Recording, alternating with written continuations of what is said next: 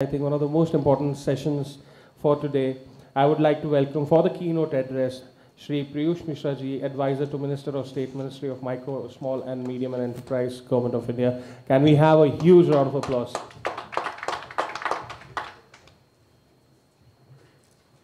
Thank you Sandeep ji, thank you. सबसे पहले तो मैं आईलॉग मीडिया को धन्यवाद कहना चाहूँगा कि उन्होंने ये मुझे मंच प्रोवाइड किया। और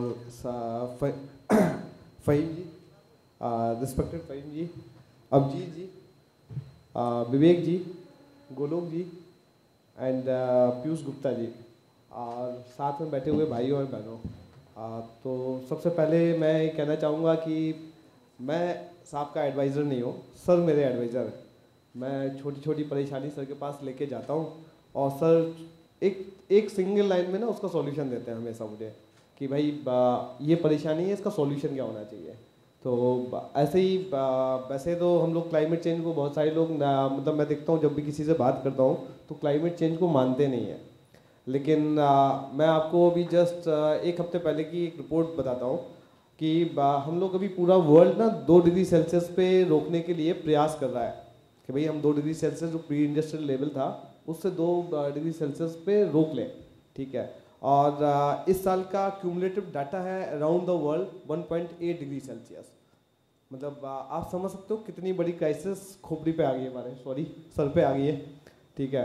सो बेसिकली देखा जाए कि अभी जस्ट हम लोग कुछ टाइम पहले ना कोरोना से निकल के आए और कोरोना में हमने देखा कि हम नेचर के सामने ना कितने कमज़ोर हैं despite of all the power money anything, ठीक है। मैं देख रहा था कि पूरी दुनिया ना घुटनों पे थी।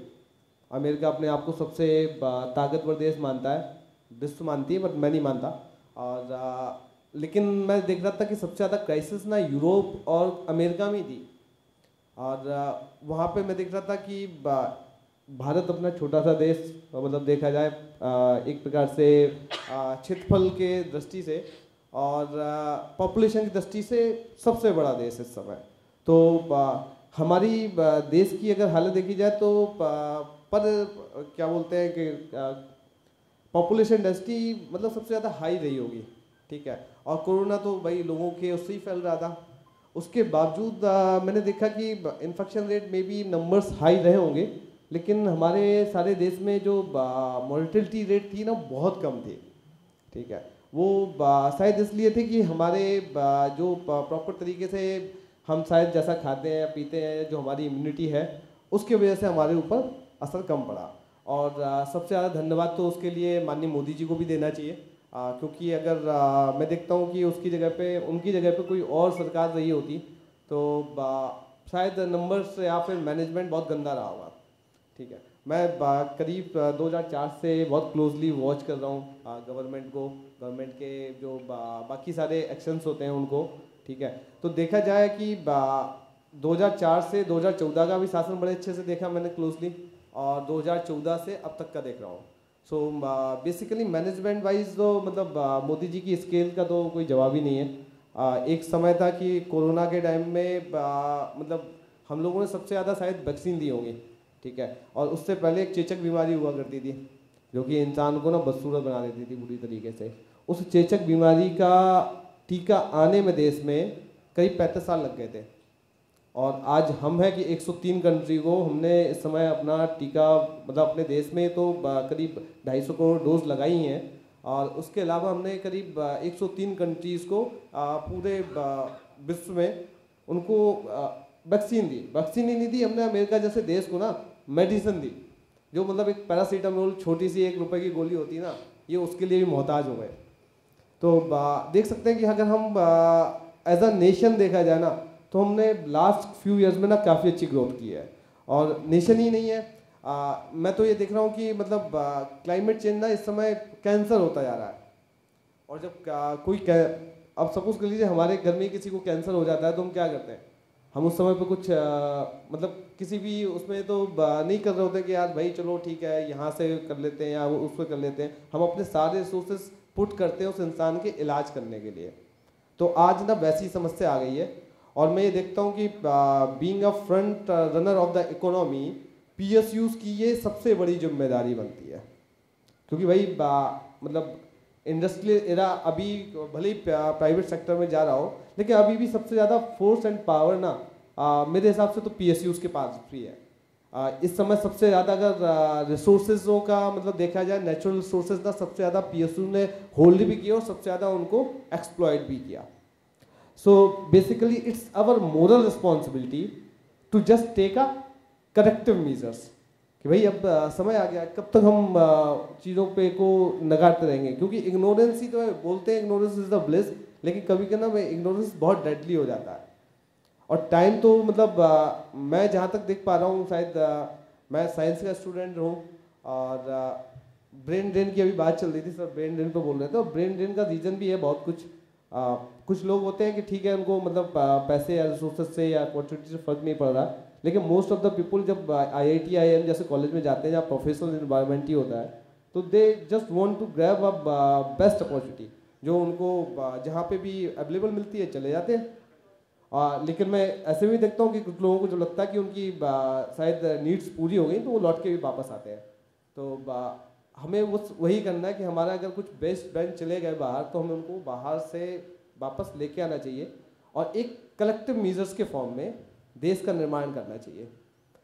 बेसिकली देखा जाए कि सबसे पहले सभ्यता का जो विकास हुआ, सभ्यता की सबसे छोटी इकाई थी ग्राम व्यवस्था, और भारतीयता के 5 नियमों में से या 5 तत्वों में से एक तत्व ये भी था कि हमारे जो ग्राम व्यवस्था है ना, 4 तत्व और हैं, हम उन पर बात नहीं करते हैं क्योंकि डिटेल हो जाएगा।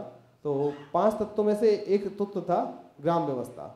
बहुत सिंगल सबसे सोसाइटी की या किसी भी नेशन की सबसे छोटी इकाई है। जैसे एक बॉडी का सेल होता है ना, वैसे ही अगर नेशन का देखा जाए तो एक पर्टिकुलरली आप टिश्यू समझ लीजिए, सेल तो नहीं कहेंगे हम उसे, क्योंकि गाँव तो भी तो लोगों से ही मिलकर बना होता है। सो बेसिकली गांव की ग्राम व्यवस्था थी वो सबसे ज़्यादा सस्टेनेबल। आप देखिए गांव हमेशा हमारे जितने भी ग्राम व्यवस्था बनाई गई थी आत्मनिर्भर थे, कभी कोई चीज़ बाहर दे तो सकते थे, लेना की कोई ज़रूरत नहीं थी, क्योंकि वो अपना खाना उगा रहे थे, घर खुद बना रहे थे। गांव में पूरे रहने वाले सारे लोग थे, वो सब कुछ ना कुछ किसी न किसी तरीके से गाँव के जो बेसिक नीड थी उनको पूरा कर रहे थे। फिर क्या हुआ कि हमें भैया विकास करना था, तो विकास के नाम पर हमने क्या किया, हम एक्सप्लॉयटेशन करना चालू किए नेचुरल रिसोर्सेज का। और वो बुरा नहीं है, अगर कोई अबेंडेंस में कोई चीज़ अवेलेबिलिटी है और रिसाइकलेबल है, आपको बराबर बनती रहेगी तो उसका तो एक्सप्लॉयटेशन होना चाहिए। लेकिन कुछ ऐसी चीज़ें हैं ना कि मतलब जो अब वापस आएंगी नहीं, तो ऐसा थोड़ा ना कि अगर वो अवेलेबल हो गई हैं तो उनको हम बिल्कुल ही सिरे से ख़त्म कर दें। कुछ तो अपने फ्यूचर जनरेशन के लिए छोड़ सकते हैं ना, कि हमारे बच्चे देख के उनको बोले कि यार हाँ ये चीज़ भी एग्जिस्ट करती थी, नहीं तो वो वही हो जाएगा ना एक्सटेंट। हम इस समय मतलब अगर देखा जाए तो वर्ल्ड एक क्राइसिस पे खड़ा हुआ है कि 1 मिलियन स्पीसीज खत्म होने वाली हैं, 1 मिलियन स्पीसीज। ये क्लाइमेट चेंज के रिस्क है। मतलब इंसान ना फूड चेन का पार्ट था, और आज के प्रावधान हो तो प्रॉब्लम क्रिएट ही नहीं होगी। और हमें बेसिकली काम किस पे करना चाहिए, सिंगल बॉडी सिस्टम पे, मतलब एक बेसिक सेल है या टिश्यू है उसकी ही लेवल पे वो चीज़ रिजॉल्व हो जाए तो वो चीज़ बड़ा रूप ले ही नहीं पाएगी। और साथ में कहना चाहूँगा मैं कि यार काफ़ी समय तक 10 सालों तक जब हम लोग इस चीज़ पे छोटे छोटे इनिशिएटिव करते रहे, और मैंने देखा कि यार उनको एक प्रॉपर तरीके से बहुत सारे एफर्ट चल रहे हैं लेकिन इनका इम्पैक्ट क्रिएट नहीं हो रहा है। तो हम लोगों ने कुछ टाइम पहले ही एक नेट जीरो इंडिया का निर्माण किया, जो हमारा प्लानेट सिक हो रहा है, मैं मानता हूँ, जैसा कि मैं मानता हूँ, और मैं जो मान रहा हूँ वो जरूरी नहीं सही हो, लेकिन ये हम सब लोग फील कर रहे होंगे जिस तरीके के हम क्लाइमेट डिजास्टर इस समय अराउंड द वर्ल्ड देख रहे हैं। ठीक है, बिन मौसम बरसात हो रही है, आपके रेगिस्तान में बर्फ गिर रही है, ठीक है, तो कहीं तूफान आ रहे हैं और कहीं कुछ भी हो रहा है। मतलब मैं देख रहा हूँ, आप देखिए हमने कितना डेवलपमेंट किया पहाड़ों पे जाके कि अब लैंडस्लाइड्स के रोज घटनाएं हो रही हैं। हमें ये देख के चलना कि भाई प्रॉपर तरीके से इंफ्रास्ट्रक्चर डेवलपमेंट, विकास हो, विनाश नहीं क्रिएट करना है। आप विकास करिए, विनाश की तरफ मत लेके जाइए। और हमारे ना तो पावर्स का और ना पैसे का कोई मतलब नहीं है अगर हमारे बच्चे नहीं रह पाए यहाँ पे। माननीय मंत्री जी बड़ा अच्छा शब्द बोलते हैं, मेरे को उनका सबसे फेवरेट लाइन लगती है, 3 चीज़ें दिमाग में रखो हमेशा, देश, भविष्य और बच्चे। आप इन तीनों चीज़ों को अगर ध्यान में रखेंगे तो आपके एक्शंस हमेशा प्रॉपर तरीके से डिफाइंड होंगे। और at the end of the day end of the speech मैं एक बात कहना चाहूँगा, no action is not an option. Climate change is really going to happen and it's going to be hurt us severely. और वो शायद हो सकता है हम लोगों के ऊपर ज़्यादा इम्पैक्ट ना पड़े, लेकिन आप सोचिए हमारे बच्चों के ऊपर कितना ज़्यादा इम्पैक्ट पड़ने वाला है। आज दिल्ली की सिचुएशन बताता हूँ मैं। यहाँ पे 33% बच्चों के लंग इन्फेक्शन हो रखा है उनको। ये मैंने मतलब मेरा डाटा नहीं है, मैंने तो बस अखबार में पढ़ा, तो मैं आपको बता रहा हूँ कि भाई 33%। तो फ़ायदा क्या हमारे पैसे कमाने का अगर हमारे बच्चे ही मतलब बीमार होते जा रहे हैं। ये हमारे विकास का। मेरा 7 साल का बच्चा है, मैं 3 महीने 2 महीने में एक बार मिल पाता हूँ उससे। रीज़न, मैं इस पॉल्यूशन में अपने बच्चे को नहीं रखना चाहता एटलीस्ट। और मुझे खैर मजबूरी में हो सकता है मुझे विकास करना है या मेरी कोई मजबूरी है तो मैं तो यहाँ रह रहा हूँ, लेकिन मेरे बच्चे ने क्या गलती की हुई है भाई जो आके यहाँ भट्टी के बीच में रहे। लेकिन हम सब अपने बच्चों के साथ यही कर रहे हैं। शायद मेरे पास ऑप्शन है तो मैंने अपने बच्चों को गांव में रखा हुआ है, और आप सब लोग भी ये ऑप्शंस क्रिएट करेंगे तो एक प्रकार से देखा जाए दिक्कत ही होगी। मतलब सब लोग तो नहीं कर सकते ये चीज़, लेकिन बच्चे हमारे सफ़र कर रहे हैं, ये बात बिल्कुल क्लियर कट है देखा जाए तो कुछ नहीं, हमें देश के लिए, बच्चों के भविष्य के लिए, इन सब के लिए कार्य करें और थोड़ा अपने एक्शंस को सुधारने का प्रयास करें। और जिसमें मैं समझता हूँ शायद PSU का बहुत बड़ा रोल हो सकता है, क्योंकि आप तो ना इंडस्ट्री के लीडर ही आप ही हैं, पहले भी थे, आज भी हैं, आगे भी रहेंगे, क्योंकि स्केल आपसे ज़्यादा कोई ज़्यादा मैटर नहीं करती किसी के पास में। इसी के साथ मैं फ़हीम जी को फिर से धन्यवाद देना चाहूँगा मुझे इतना अच्छा मंच देने के लिए, और I am really happy to come here. Thank you very much.